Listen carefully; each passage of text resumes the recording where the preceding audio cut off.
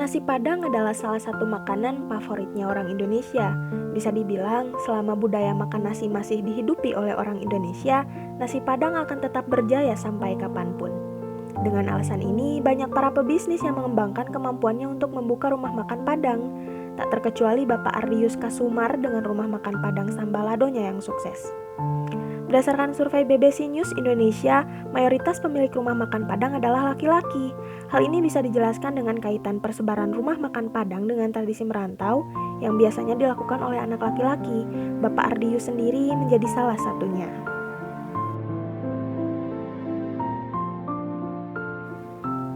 Yang melatar belakangi Bapak Ardius berbisnis adalah selain jiwa serta dasar pendidikannya di bidang ekonomi, berbisnis juga menjadi jalan Bapak Ardius mengambil sikap atas apa yang menimpanya dahulu, keterbatasan ekonomi hingga diremehkan.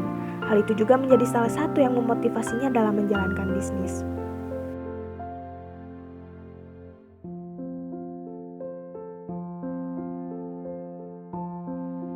Latar belakang Bapak orang ekonomi kan, dari ekonomi punya basic. Ekonomi syariah apa? Ekonomi manajemen, nisbah. Nanti karena terpacu karena ada motivasi ya, pacu sampai satu bercabang dua, ya jumpa Bapak tidak punya fondasi agama, bukan tidak punya fondasi, masuk ke lingkungan yang ini fondasi punya, jadi istilahnya ya, pergaulan tadi yang rentan tadi. Ya, Bapak bukan munafik, bukan apa, latar belakang juga bukan orang yang baik lagi. Ya pasti setiap manusia pasti melakukan salah. Prosesnya. Jadi ya, alhamdulillah, mungkin doa ibu kalau nggak tahu, ya, doa orang tua sehingga kembali. Jadi ada orang yang dikasih rezeki tinggi, ada istilahnya mempertinggi tempat jatuh. Yo, soalnya jalan, maksiatnya jalan banyak, kan diuji oleh Allah. Itu mempertinggi tempat jatuh, enggak juga sadar. Sok sampai di mana dikasih rezeki sama Allah. Tapi ujung-ujungnya kenapa tidak? Ya istilahnya kubur nikmat. Banyak kan? Banyak yang orang kubur nikmat dikasih rezeki banyak-banyak, tapi membelakangi Allah banyak. Diuji sama Allah. Ada saatnya Allah. Sekali jatuh, tapi dia membelakangi Allah, tapi rezekinya kan rekam. Rezekinya tidak mau bayar zakat. Kebor sedekah yang wajibnya dia nggak mau. Kebor zakat ya yang sedekah aja yang sifatnya sunnah banyak.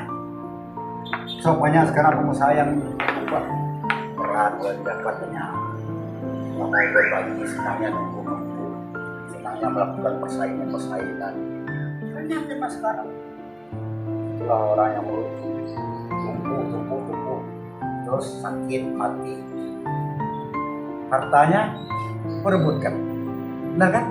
Nah, dia membawa bertanggung jawab. Apakah halal, haram, berkah, berkah. Itu yang banyak yang sekarang kita tulis. Yang dipinjam, ada yang ini bukan usaha. Sampai saya menggunakan 6 bulan. Di mana ya? Ya di Lagun. Kalau kita suami saya jadi 2 sini.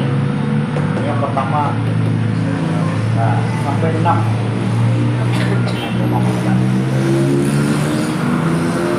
Karyawan 9 orang. Itulah berfluktuasi. Yang masa kita kan tidak selalu ya sekarang. Ya Bapak udah mau lansia. Kalau dulu kan tidak. Kita kan di luar ini dulu, di luar masih rent. Selama bertahun-tahun Bapak Ardius menjalankan bisnis hingga menghasilkan 6 cabang rumah makan, tentu tidak jauh dari banyaknya hambatan seperti para pebisnis lainnya. Tapi Bapak Ardius senantiasa melakukan evaluasi atas apa yang menjadi hambatan, dan itu adalah yang menjadikan bisnisnya lebih baik serta tetap bertahan. Selain dari Bapak Ardius Kasumar, ada pula Bapak Arifin yang juga seorang pebisnis sukses, pemilik sebuah kafe dengan nama Kafe Sederhana Panorama. Meski berawal dari menjadi seorang pelayan rumah makan, bukan tidak mungkin Bapak Arifin menjadi seorang pemilik rumah makan. Karena ilmunya selama menjadi pelayan, ia berani mengambil langkah awal dalam memulai bisnis.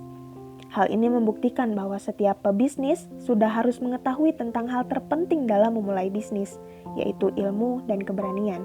Terlebih berani mengambil resiko akan gagal.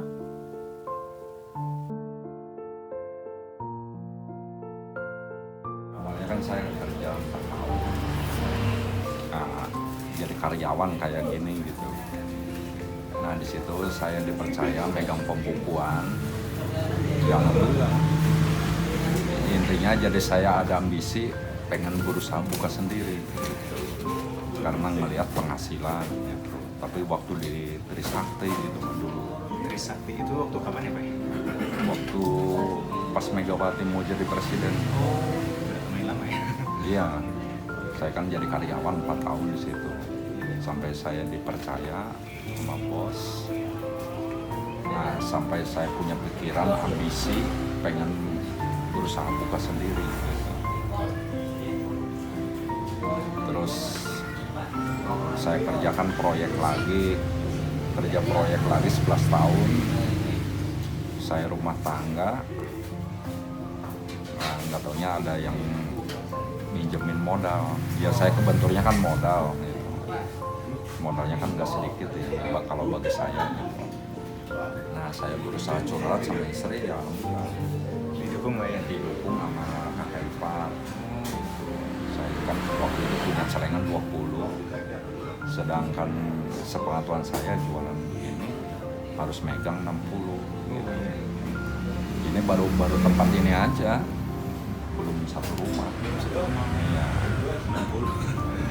60 itu dulu Indomie, stok juga setengah-setengah dulu. Jadi kayak Indomie cuma 5 yang penting ada gitu. Nah setelah itu ya saya perjuangan di sini 1 tahun lebih lah. Benar-benar pedih pertama saya dagang. Pertama dagang di sini itu waktu kapan? Waktu 2013. 2013, berarti udah Sudah hampir 10 tahun. Iya ya. Gitu. Ya, saya intinya pengen buka cabang, tapi ya nggak sama juga yang saya ini rencanakan. Pengen buka cabang, bikin lagi, terus selain buat ini saya pengen rumah makan prasmanan. Ya intinya yang halal. Kunci konsisten dalam berbisnis adalah tidak mudah puas atau merasa sombong telah mencapai sesuatu, senantiasa rendah hati dalam setiap apa yang dijalani dalam berbisnis. Apalagi dalam bisnis makanan, cita rasa yang paling diutamakan. Memunculkan menu baru dan beda dengan yang lainnya dianggap hal yang paling ditunggu para pelanggan. Selain itu, sangat ditekankan pula oleh Bapak Arifin, semua hal tidak akan kita dapatkan jika kita malas. Seperti halnya ujar Mario Teguh, orang yang malas telah membuang kesempatan yang diberikan Tuhan, padahal Tuhan tidak pernah menciptakan sesuatu dengan sia-sia. Pada akhirnya, bisnis adalah unit usaha yang menjanjikan di mana pelaku bisnis bisa memanajemen waktunya sendiri. Berbeda dengan pegawai dan sejenisnya, dalam dunia bisnis selalu dikenal istilah untung dan rugi, gagal dan berhasil. Perihal itu sudah menjadi kemestian. Yang ada, bagaimana kedewasaan pelaku bisnisnya dalam proses yang berjalan akan membuktikan siapa yang kokoh dalam bidang bisnis dan siapa yang tidak. Dalam hal bisnis, banyak jika yang mesti dilakukan. Jika seseorang bisa berani memulai, jika seseorang memiliki tekad yang tinggi, jika seseorang tak malas, jika seseorang bisa menjaga pikirannya ketika orang-orang di sekitarnya kehilangan milik mereka, jika seseorang bisa sabar dan tidak lelah bersabar, jika seseorang bisa mempercayai dirinya sendiri ketika semua orang meragukannya, miliknya adalah dunia bisnis dan semua yang ada di dalamnya.